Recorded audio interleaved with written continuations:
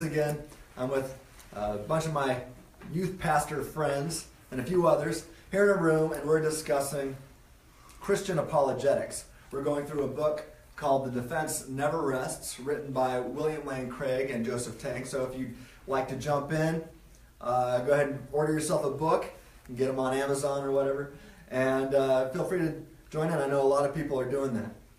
So today we're going to be discussing morality, objective morality. Let me ask you guys this. Are there some things that are really good, bad, right, and wrong, no matter what anybody thinks? Yes. I agree. For example, even if 99% of humanity thought that it was good to hurt and torture toddlers for fun, well, would they really be wrong? We're talking about 99%. We can imagine that. What if 99% of all humanity started to think and believe and tell you that it's good to torture toddlers for fun? Would they really be wrong? Absolutely. What if 100% of humanity thought that? What if you even started to think that? And there's no disagreement. And everybody thought, yeah, it's good to torture toddlers for fun. Would you all be wrong? How could 7 billion people be wrong? Well, most of us don't think that it's okay or good to hurt people for fun. But why not? Let's consider a couple options. One, just because we don't want them to hurt us. But is that a good reason to think that? If I were really powerful, I wouldn't worry about other people not hurting me. So what if I was like Superman? What if I was Superman and I didn't have to worry about any other human hurting me? Is that the only reason that I would have to not hurt others for fun? Or would it still be wrong for Superman to hurt other people for fun? It's a properly basic belief that it is wrong to torture toddlers for fun. And many other things are really wrong no matter what anybody else thinks. So let's consider another option. Option number 2. Is it wrong to hurt others for fun just because, well, we're smart? Not like other animals. We're rational animals. Is that the only reason? I don't think so, because we can imagine very smart aliens who like torturing or killing humans for fun. It's easy to imagine. All you got to do is watch the movie Predator. Right? So if you can imagine let's imagine this alien race that is so intelligent, so much smarter than humans are. They make us look idiotic, right? Would it be all right for these aliens to hunt and kill or torture humans for fun just because they can and because they're so much smarter than we are? Of course, that would be wrong. Toddlers are not smart, right? It's not okay for us to hurt them just because we're smarter than toddlers are. So that's not a good reason. And anyway, many smart people have hurt other people for fun in the past, in the recent past. Just do some research on what the Soviet prison guards would do for fun to other humans. We don't hurt people for fun because we know it's wrong. We just know it. That's why. For example, it is right that parents love their children. Right? It is right. So, do we know that some things really are right or wrong? Yes, we do. We just know it. But here, when we say that something is right, it's also good. And if something is wrong, well, it's also bad. If we do the right thing, it just means that we do what we should do, or we ought to do. If we do the wrong thing, it just means that we do what we should not do. And if you have the ability to do what you should do or not, then you are a responsible agent. If you have the ability to act otherwise, then you're responsible. If you should do something, then you're responsible for doing the right thing. If we do the wrong thing, it just means that we do what we should not do. What if someone said, actually, nothing is really right or wrong? I talk to many atheists who make this claim. They'll say that nothing is really right or wrong, but the majority of humanity has decided that certain things are right and certain things are wrong. But most people actually do know deep inside that some things really are right or wrong, no matter what the majority of humans say. It does not depend on the majority vote or the most popular opinion. And everybody knows this, especially when other people are mean to them. For example, what if when you were in school and your teacher gave an assignment and asked you to write an essay regarding the existence of moral values, and if moral values are really a real thing or not. And you write this great essay arguing that there's nothing that's really good, bad, right, wrong, fair, or evil with anything. You turn it in a nice, you make sure that it's not just written well, it's formatted correctly, and you put it in this nice blue folder. It looks sharp. It looks very professional. And your teacher reads it, marks a big F on it, and hands it back to you. I mean, you went out of your way to make sure that this was written properly. It wasn't just written properly, but it looked great. It was perfect. But your teacher gives you an F. And you say, wait a second. I'm a straight A student, and this is the best thing I've ever written. And your teacher says, I don't like blue folders. And you would say, that's not fair. That's wrong. And your teacher would say, you just said that there was nothing that's really good, bad, right, wrong, fair, or evil with anything. So there's nothing really wrong with me giving you an F. You change your mind. And then he gives you an A. You see, we know some things are really good, bad, right, wrong, fair, or evil. There are some things that are really right and wrong, good and bad. Now, even if someone really believes that nothing is right or wrong, he's like a blind man who believes there's no such thing as physical objects, or at least color. Maybe that's a better one. Who believes there's no such thing as color. He was born blind and has never seen color, and he doubts you when you try to explain to him how colorful things are. He just doesn't believe it. It won't stop us from knowing that colors or physical objects are real, or that some things really are right or wrong. Now, let's discuss the moral argument for the existence of God. And this book is written in the following way. Premise 1. If God doesn't exist, then nothing would be really right or wrong. 2. But some things are really right or wrong. 3. Therefore, God exists. This moral argument is most commonly written like this. If God does not exist, then objective moral values and duties do not exist. Premise 2 would say objective moral values and duties do exist. Conclusion logically follows, therefore God exists. So the question is this. Should we think step 1 is true? Premise 1. If God does not exist, then objective moral values and duties do not exist. Or, as it says here in the book, if God does not exist, then nothing would be really right or wrong. Well, let's consider the first premise.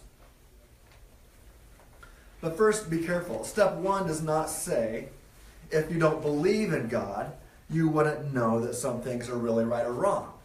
So a lot of times, atheists will jump to that conclusion, but that's an incorrect objection because you're attacking something that we are not saying, right? We're not saying if you do not believe in God, then you would not know that some things are really right or wrong. We're also not saying that you have to believe in God to be able to do good things. I'm friends with a lot of atheists who are nice, right? I like hanging out with them. We have a good time together, and they're nice to me. That's a good thing, okay? I like one of my friends, we've worked out together a lot. And he spots me so I don't get crushed by the heavy weight. That's a good thing.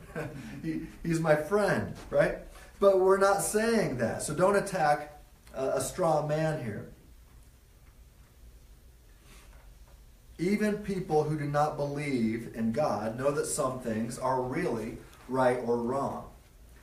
It's kind of similar to this argument. Here's kind of it's analogous maybe. What if I said premise 1? If there is no God, or if God does not exist, then no physical stuff would exist. 2, but physical stuff exists. Conclusion, therefore God exists. Now, that argument is valid, but are the premises true? Now, of course, everybody thinks that physical stuff exists. Well, not everybody. There's some physicists who doubt it, actually. And maybe some philosophers too. But, maybe we're just in a big matrix. But you're justified if you do believe that physical stuff exists. Now, can you prove physical stuff exists? Well, not without assuming physical stuff exists. So you can't prove it. You could be in a dream, and then or you could be in a matrix. But then everything that you would be referring to prove physical stuff exists would also be part of the matrix. So you can't prove it, but you're justified in assuming that the physical world exists. So then the question would be, well, if there is no God, then no physical stuff would exist. You would have to show that that's true, because we're justified in thinking physical stuff exists. Anyway, the moral argument is quite similar to that. We all believe, in fact, well, at least the vast majority of humans believe, that there are some things that are really good, bad, right, wrong, fair, and evil with certain thoughts and actions. All right, there's some things that you should not do. So we can rewrite step 1 differently. Step 1 says, if God does not exist, then nothing would be really right or wrong. But logically, step 1 also means if anything is really right or wrong, then God exists. You see that? If anything is really right or wrong, then God exists. If objective moral values and duties do exist, then God exists. So, let's consider 2 things here. 1, right and wrong things can only be done by people. That's the first thing we got to consider here. Right and wrong things can only be done by persons or personal beings. Rocks don't do good things or bad things. They're just rocks. Trees are not good or bad. Cars are not good or bad. No, those are the kinds of things that do not possess agency or ability. A rock cannot choose to do otherwise. It's just a rock, right? There's something different about persons and rocks, and persons and trees, persons and cars, right? Those inanimate objects are not agents, and they don't possess an ability. They don't possess libertarian free will. And that's what we're discussing. Libertarian free will basically means that you're a first mover. Nothing else is causing or determining you to act in a certain manner. Right? There's nothing external to you forcing you to act. Just like if lightning hits a tree and the tree falls down and hits a rock and the rock rolls down and crushes a car, right? Those are all causally determined. It's a chain of cause and effect. Okay? But we're talking, if you're an agent with an ability, then you can occasionally be a first mover. And I also argue that you could do otherwise. If you choose to do A, you could have chosen not to do A. Dallas, did you have a question? Yeah, when we write people in there, what about animals? Well, that's another question. If you didn't hear Dallas ask, what about animals? Now, if animals have an ability to be moral, then I would say they're people, or they're persons. And maybe that's hard to think of right now, but let's imagine Chewbacca, right? Chewbacca is not a human, right? If Chewbacca existed in a galaxy far, far away, a long time ago, right? But he would be a personal thing, a personal agent, okay? So there's debate on animals right now, and I'm not going to argue or take a stand on animals right now, but I do know that humans are agents with an ability to do otherwise, right? To be a first mover, and a lot of people would say that animals don't have that ability, that they are reactionary. They would definitely be they would have intentional states of consciousness, being able to think of and about things, but not an ability to act otherwise. Now, I don't know. I'm willing to be persuaded. I'm not going to take a stand one way or the other right now. Don't have that could be a whole other topic for another day, but that's a good question. So let's see. Number 2. Remember, if you do the right thing, it means that you do what you should do or you ought to do. If you do the wrong thing, it means that you do what you should not do or what you ought not do. And that implies that you could have done otherwise. A good example of this in the Bible is, I'm not going to use this to try to prove my point, but just as a side note, Paul writes in 1 Corinthians 10:13 that every time you're tempted to sin, that God will provide a way of escape, right? So that you do not have to sin. So it follows that every time you do sin, you didn't have to. You had a way of escape that God gave you. So you have an ability to choose or choose otherwise, according to the Bible. And this is what's called libertarian free will. You're a first mover. That's the most important thing. And then the second thing is that you can choose to do otherwise. Libertarian free will would still be true even if you didn't have the ability to choose otherwise, just if you were the first mover. But I believe that we do have the ability to choose otherwise also. And the Bible would affirm that according to 1 Corinthians 10:13.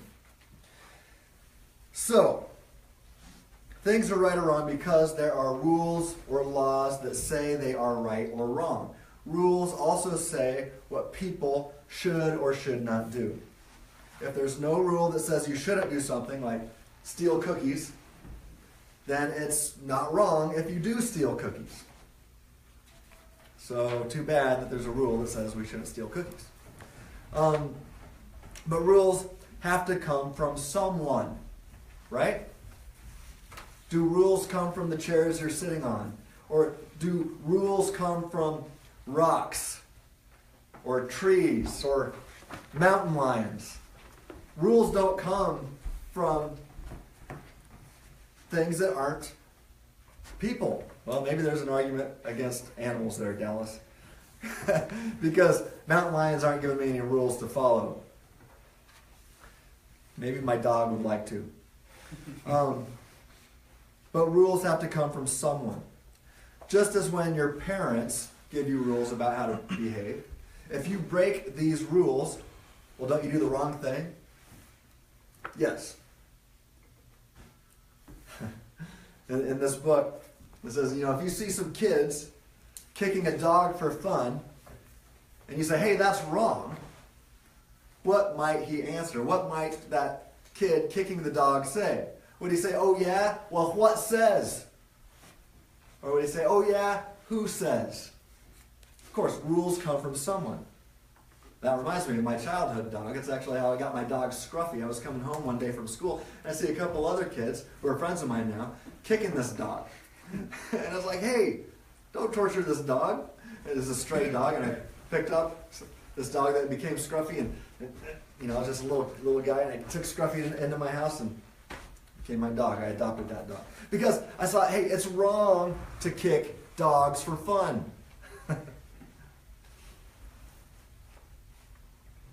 Because, did somebody say what about cats?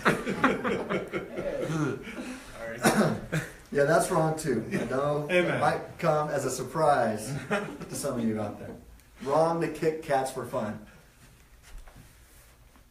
All right, it's easy to see that some things are always right or wrong in every circumstance. Torturing infants for fun is a good one. Can you think of any circumstance where it's right and good to torture an infant or a toddler for the fun of it? It's always right to be a loving person, a kind person, and not a mean person. Right? And even if I had to defend my family from an intruder or something, I don't want to hurt that person. I love that person. I want the best for them. I desire the best for him. But I'll hurt him. Out of love for my family. It's not because I hate the guy. I wish he was not doing it. Right? But it's always good to desire the best for people. I think God desires the best for all people. That's how much He loves all people. He desires the best for each and every person. He desires all people to flourish for eternity. I think the Bible makes that clear. That's a side note. There's some things that are really right or wrong in all circumstances. Even if everyone you knew thought that hurting people or toddlers for fun was right, you'd still know that that was wrong. This means that some things must be right or wrong. And that means they're necessary. When I say that they must be right or wrong, that means that they're necessary in every possible world. By possible world, I just mean any other circumstance that you can imagine or conceive of. There's some things that would always be right in any world you can think of. There's some things that are always wrong in any set of circumstances that you can imagine. Well, next time, we're going to see why this implies that God exists. And that time is right now. So let's just go straight over there. Let's do a quick review. We've been looking at why step 1 of the moral argument is true. So if you agree, if you're taking notes in this notebook here, this workbook, put a check mark next to each one if you agree with it. A, things are right or wrong because there are rules. B, some things are always right or wrong. C, so there are some rules that always exist. D, rules that are always there, never change. E, some things must be right or wrong. F, so there are some rules that must exist. G, rules come from someone. Let's call this someone G. Sound familiar? If you've been following along, you might get a kick out of that. H, so all the rules about right and wrong come from this person we're going to call G. We're not going to jump to any conclusions here. Well, G is someone who always exists. That means G, whatever G is, or whoever G is, exists eternally, without beginning, and thus is uncaused. G never changes G's mind or heart about these rules. G is someone who must exist. Again, that means exists necessarily. I mean, if these rules are true in every possible world that you can think of, and these rules always come from a person or a someone we're going to call G, then G exists necessarily, since those rules are necessary. But G must always want us to do the right and good thing, or the most loving thing. If G must always want us to do the right thing, then G is someone who is also good and loving. So G is someone good and loving.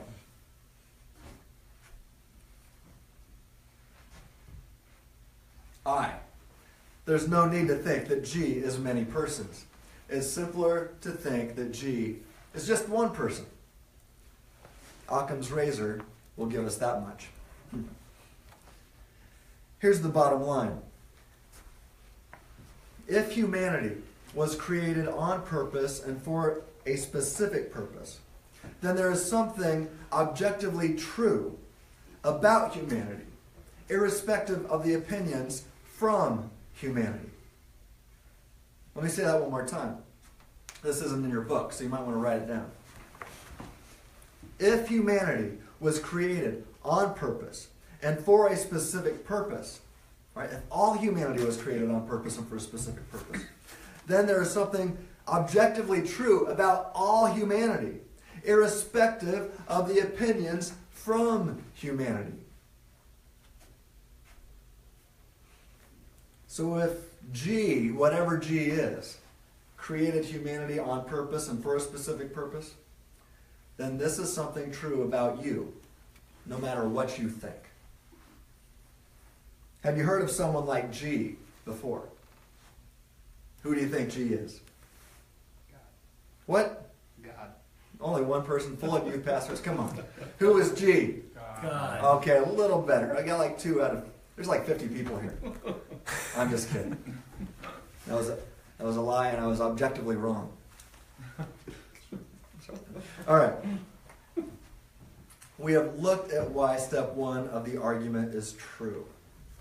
Bottom line, that last thing I said, if God created you on purpose and for a specific purpose, then there's something true about you, no matter what you think or anybody else thinks. And if God created all humans on purpose and for a specific purpose, then there is something objectively true about humanity, irrespective of the opinions from humanity.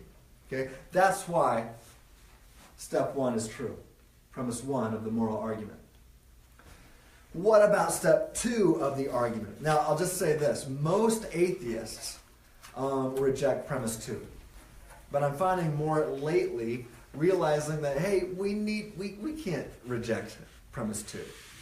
And so since they're committed to their blind faith in atheism, they have to reject premise 1.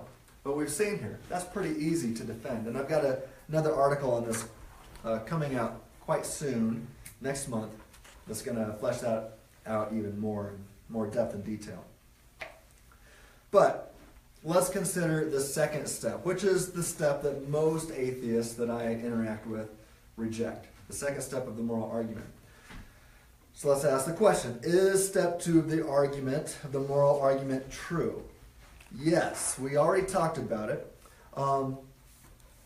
Because we just know that some things really are good, bad, right, wrong, fair, or evil, no matter what anyone thinks. Now maybe somebody will say, well, no, we just evolved that way. Well, what does that mean? I like to say, well, what if God created through evolution? Who cares? I mean, just to say, hey, no, we were just evolved to think that, well, are you assuming atheism and thus begging the question? That's not an argument.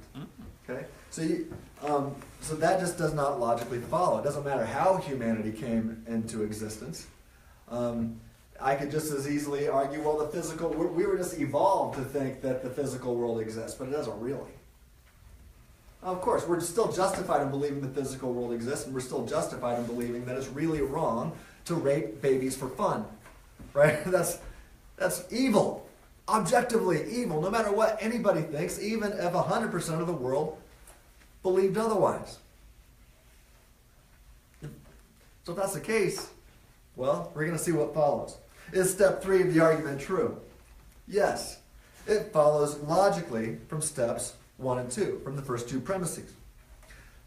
And what is the final conclusion? Therefore, God exists. So the moral argument logically proves that God exists. But is there a problem? Could God have said, people should hurt others for fun? And then, if that was the case, would we be obligated to hurt others for fun? Well, we learned that laws come from God's heart, or rather his loving nature, which can't ever change.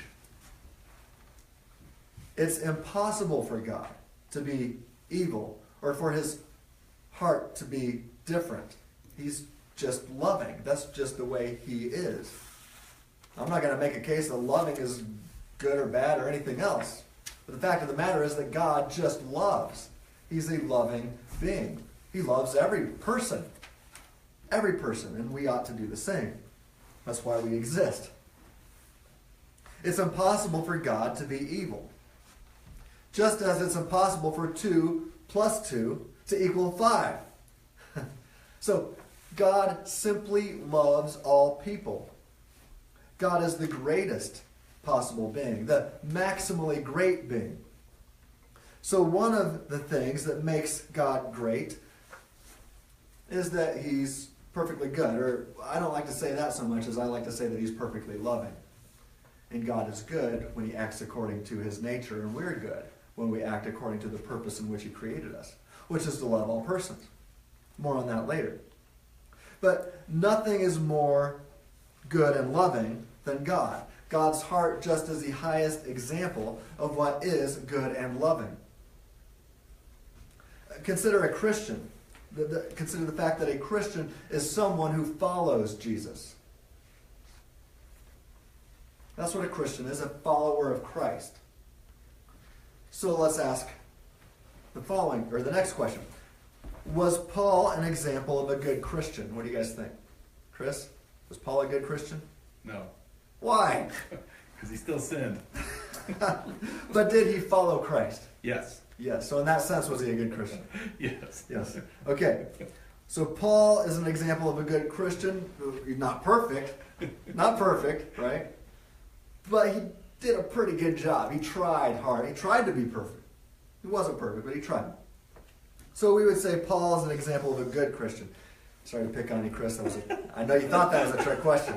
Because I'm always doing trick questions, right? And so, sorry about that. But anyway, many people would say that Paul is a pretty good Christian. Paul approximated to Christ's example better than most. So if you lived a life like Paul, we could say, yeah, you're a pretty good Christian. Okay, next question. Was Jesus himself a good Christian? Was Jesus Christ a good Christian? What do you think, Noah? I think that he wasn't following his own example. He was setting it for the first time. Ooh, good job. That comes from somebody who's not even a pastor. Okay. Not even a youth pastor. That kind of still, how old are you? 19. Yeah, he's still a youth. All right, so it doesn't make sense to say that Jesus was a good Christian because, as Noah said, he was setting the standard. So it's silly to ask if Jesus was a good Christian because he does not follow himself. He leads the way. He is the highest example that every Christian should follow. Consider a high-fidelity recording. Dr. Craig has used this example. Let's see if I can remember it and get it right. But a high-fidelity recording is a recording that approximates to the perfect sound of a live orchestra.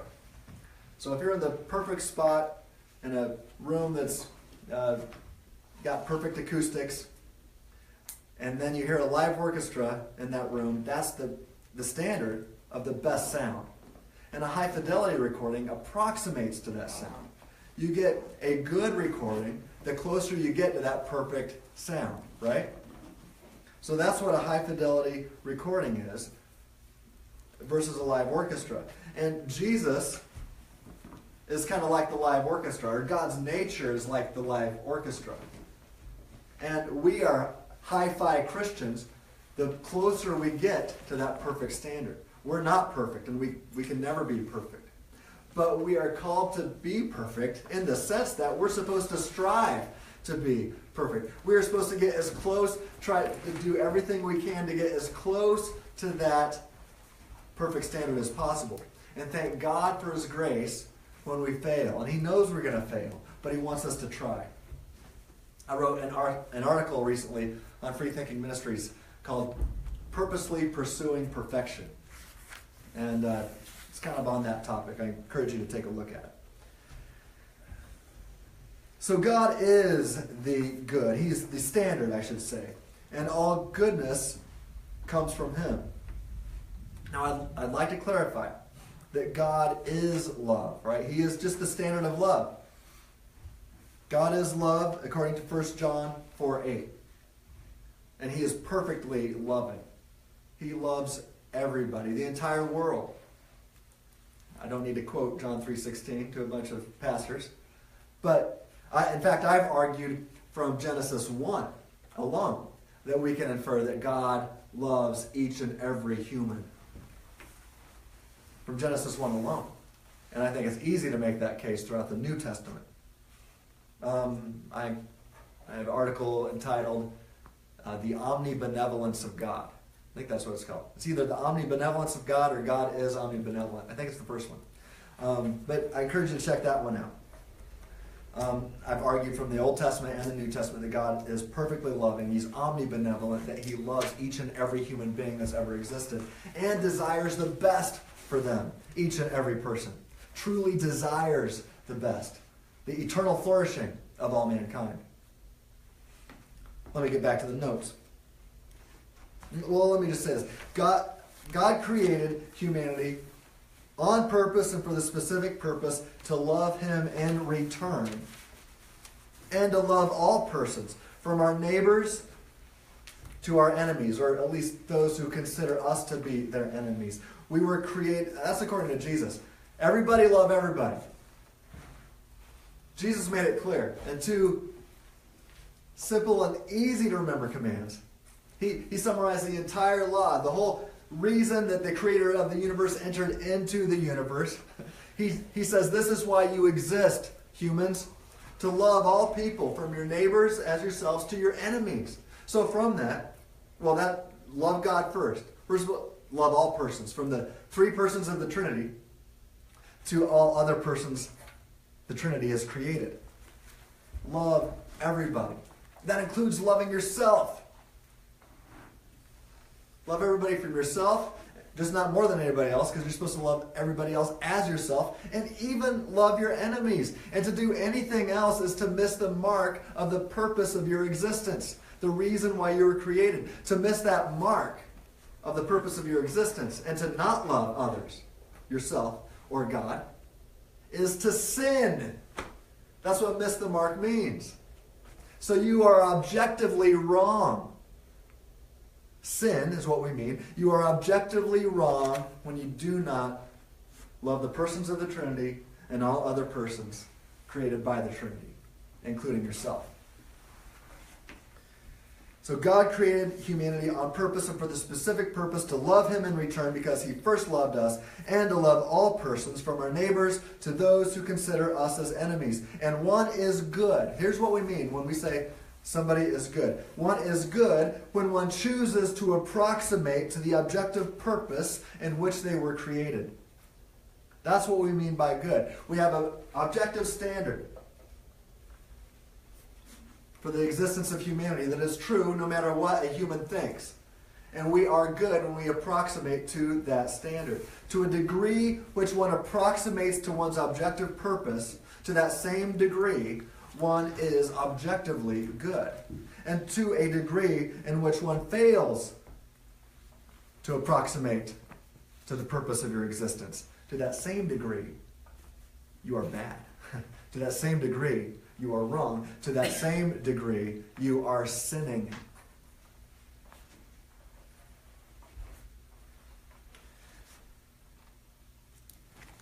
Let's get back to the notes here.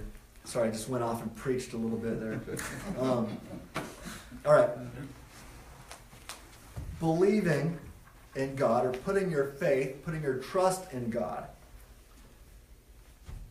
will make you and help you want to be a good person or a better person. What do we mean by good or better? That means approximating to the standard in which God created you. I mean, atheism doesn't have access to that. You weren't created on purpose or for a purpose on atheism. You're a cosmic accident, nothing else. And so there's nothing to approximate to. to make you good or bad or better or worse, evil, there's no standard in which to approximate. Unless you want to invent it yourself. But now we're into subjective reasoning, and who cares? Anyway, we know this world is very unfair. Well, what do we mean by that? We know that this world fails to meet an objective standard in which it ought to meet. That means it was created to be different. It was created to not be filled with sin. Anyway, if God does not exist, there won't be a happy ending. In the end, everyone dies, and that's it. That's what you're left with on atheism. Given the universe's own, if left to the universe's own natural devices, the universe will be destroyed. That is to say, if God does not exist, there is no hope for the universe. It will experience either a cosmic heat death or a cosmic big crunch, probably a cosmic heat death. Either way, it will be as if the universe never existed. There's no legacy to leave on atheism. As Achilles was concerned with, nobody will remember your name in the end. Sure, people might remember your name for a few years after you die. Maybe if you're lucky and do a really good job, people might remember you for a few hundred years. Maybe if you're like Jesus, maybe a couple thousand years. But ultimately, this universe will be destroyed. You will leave no legacy. No one will remember your name. And thus, who cares how you live today? That's what you're left with on atheism. But if you were created on purpose and for a specific purpose, and you will be remembered by God and all others for eternity, then what you do right now really does matter. It has meaning. Now, again, on atheism, if God does not exist, then there is not a happy ending. In the end, everyone will die, and that's it. But if you believe this, if you're an atheist, then that at least makes it harder to be a good person.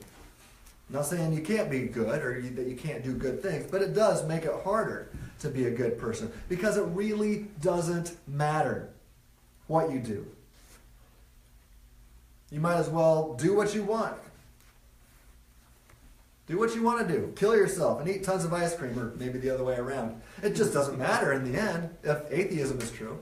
It doesn't matter if you're mean to others. It doesn't matter if you kill others. It doesn't matter if you are a sniper in Las Vegas. It doesn't really matter if atheism is true. I just wrote an article on this considering the Las Vegas shooting called Las Vegas and a Lack of Belief. Read it. On atheism, there is nothing really wrong, objectively speaking, with the mass murder in Las Vegas. But if Christianity is true, then it is objectively wrong and evil what happened. He ought not have done such a thing. He should not have done it. It was wrong. God created him and all other people to love all other people. And that was not an act of love. He was objectively wrong. It was sin. It was evil. In a real, genuine, objective sense, it was evil. Atheism does not have any rights to such a claim.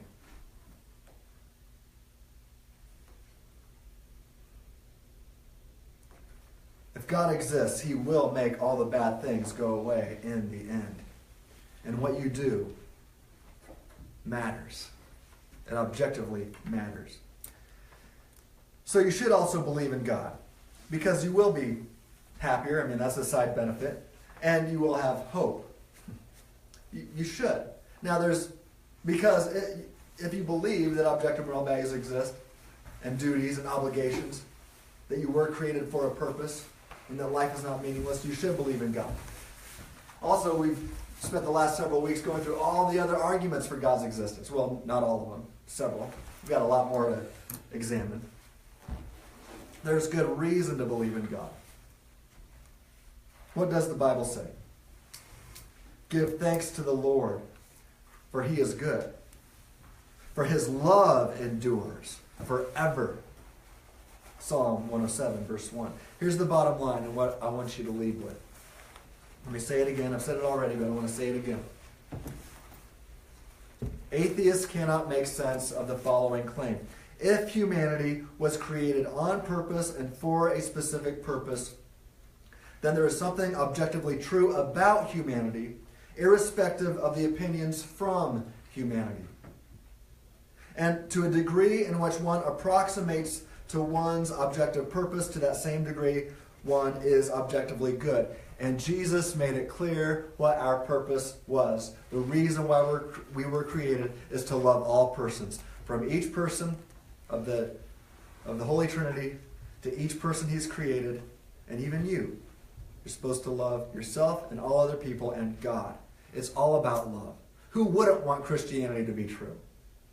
That's what blows my mind. But hey, God allows you to be free and to say, no thanks. I don't want to love others as myself. Well, if that's the case, God gives you the freedom to have it your way and to not be around anyone into the infinite future. He allows you to be in solitary confinement into the infinite future, if that's what you prefer. That's called hell. And that's another good reason to be moral. I mean, there's some atheists that try to make sense of moral theories out there. But hey, if you are created on purpose or for a specific purpose, and if there is no consequences to your actions, then why be good? I like to say, what good is a moral theory if there's no reason to be moral? This is the moral argument. I've written a bunch on this topic on my website if you'd like more, and got more coming out in the near future. Anyway, thanks for being with us today. Jesus provides the perfect standard of how to love. And he made it clear that God created humans to love everybody else. Can you imagine what this world would be like if we all took the teachings of Jesus Christ seriously? Sounds like heaven to me. Have a great day.